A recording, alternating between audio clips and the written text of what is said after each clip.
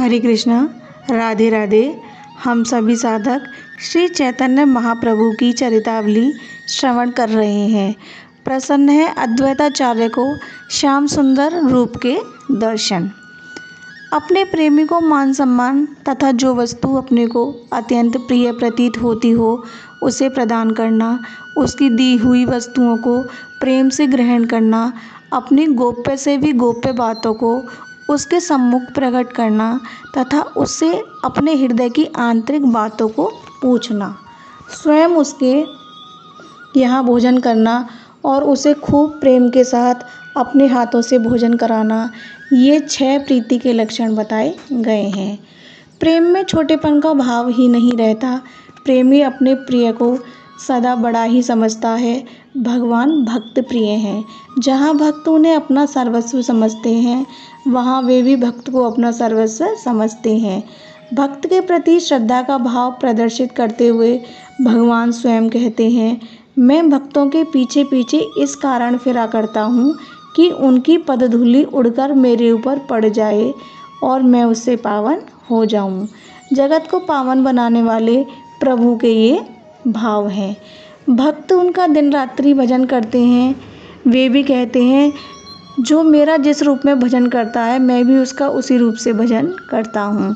विश्व के एकमात्र भजनीय भगवान की लीला तो देखिए, प्रेम का कैसा अनोखा दृष्टांत है। जो विश्वम्भर है, चराचर सभी प्राणियों का जो सदा पालन पोषण करते हैं, जिनके संकल्प मात्र से ही संपूर्ण विश्व तृप्त हो सकता है, वे कहते हैं, जो कोई मुझे भक्ति से कुछ दे देता है उसी से ही मैं प्रसन्न होकर अपना पेट भर लेता हूँ। पत्ता खाने की चीज़ नहीं है, फूल सूंघने की वस्तु है और जल पीने की, अन्न या फल ही खाए जाते हैं। प्रेम में पागल हुए भगवान कहते हैं, यदि मुझे कोई भक्ति भाव से पत्र, पुष्प, फल अथवा जल ही दे देता है तो मैं उसे बहुत ही अमूल्य वस्तु समझकर संतुष्ट मन से खा जाता हूँ। पत्ते और फूलों को भी खा जाते हैं, सबके लिए अशनामी इसी क्रिया का प्रयोग करते हैं। धन्य है ऐसे खाने को क्यों ना हो। प्रेम में ये पार्थिव पदार्थ ही थोड़े खाए जाते हैं। असली तृप्ति का कारण तो उन पदार्थों में ओतप्रोत भाव से भरा हुआ प्रेम है। उस प्रेम को ही खाकर प्रभु परम प्रसन्न होते हैं। प्रेम है ही ऐसी वस्तु, उसका जहाँ भी समावेश हो जाएगा वही पदार्थ सुखमय, मधुमय, आनंदमय और तृप्तिकारक बन जाएगा। उस दिन संकीर्तन के अनंतर दूसरे तीसरे दिन फिर अद्वैताचार्य शांतिपुर को ही चले गए। उनके मन में अब भी प्रभु के प्रति संदेह के भाव बने हुए थे। उनका मन अब भी दुविधा में था कि ये हमारे इष्ट देव ही हैं या और कोई। इसलिए एक दिन संशय बुद्धि से वे फिर नवद्वीप पधारे। वैसे उनका हृदय प्रभु की ओर स्वतः ही आकर्षित हो गया था। उन्हें महाप्रभु की स्तुति मात्र से परमानंद प्रतीत होता था। भीतर से बिना विश्वास के ऐसे भाव हो नहीं सकते, किंतु प्रगट में वे अपना अविश्वास ही जताते। उस समय प्रभु श्रीवास पंडित के यहाँ भक्तों के साथ श्री कृष्ण कथा कर रहे थे। आचार्य को आया देखकर प्रभु भक्तों के सहित उनके सम्मान के निमित्त उठ पड़े।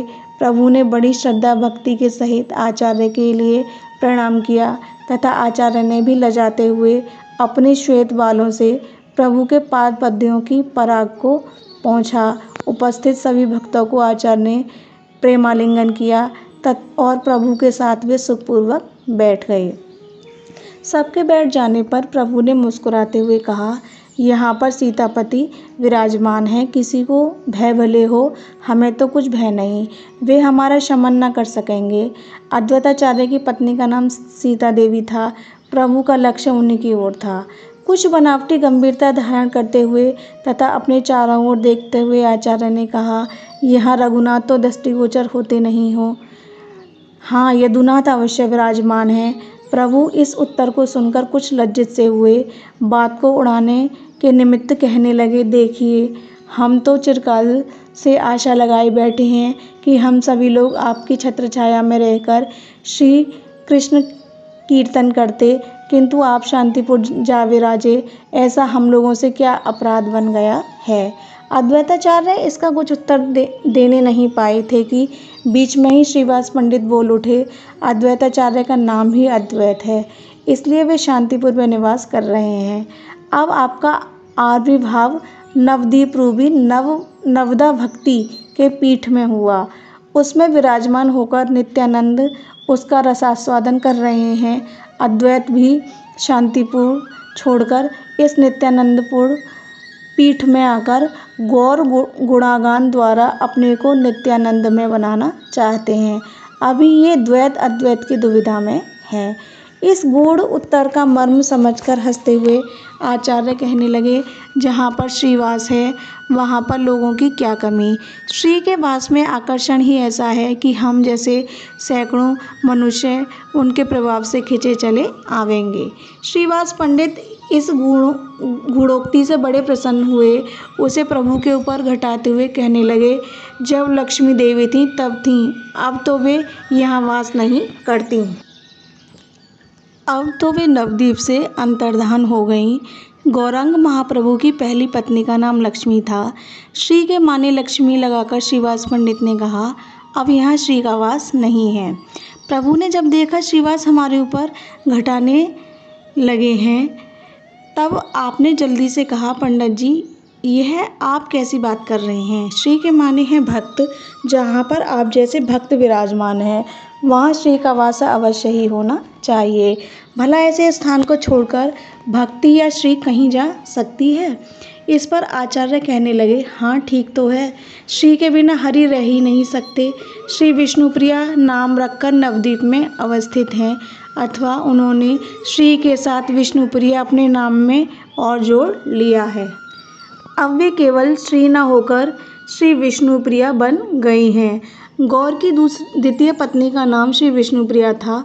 उसी को लक्ष्य करके अद्वैताचार्य ने यह बात कही। बात को दूसरी ओर घटाते हुए प्रभु ने कहा, श्री तो सदा से ही विष्णुप्रिया ही हैं, भक्ति प्रियो माधवा, भगवान को तो सदा से भक्ति प्यारी है, इसलिए श्री अथवा भक्ति का नाम पहले से ही विष्णुप्रिया है। यह सुनकर आचार्य जल्दी से प्रभु को प्रणाम करते हुए बोले। तभी प्रभु ने एक विग्रह से लक्ष्मी रूप से उन्हें ग्रहण किया। फिर अब श्री विष्णुप्रिया के रूप से उनके दूसरे विग्रह को अपनी अर्धांगिनी बनाया है। इस प्रकार आपस में श्लेषात्मक बातें हो ही रही थीं कि प्रभु के घर में एक आदमी आया और उसे नम्रतापूर्वक प्रभु से निवेदन किया। शची माता ने कहलाया है कि आज आचार्य घर में ही भोजन करें, कृपा करके वे हमारे आज के निमंत्रण को अवश्य ही स्वीकार करें।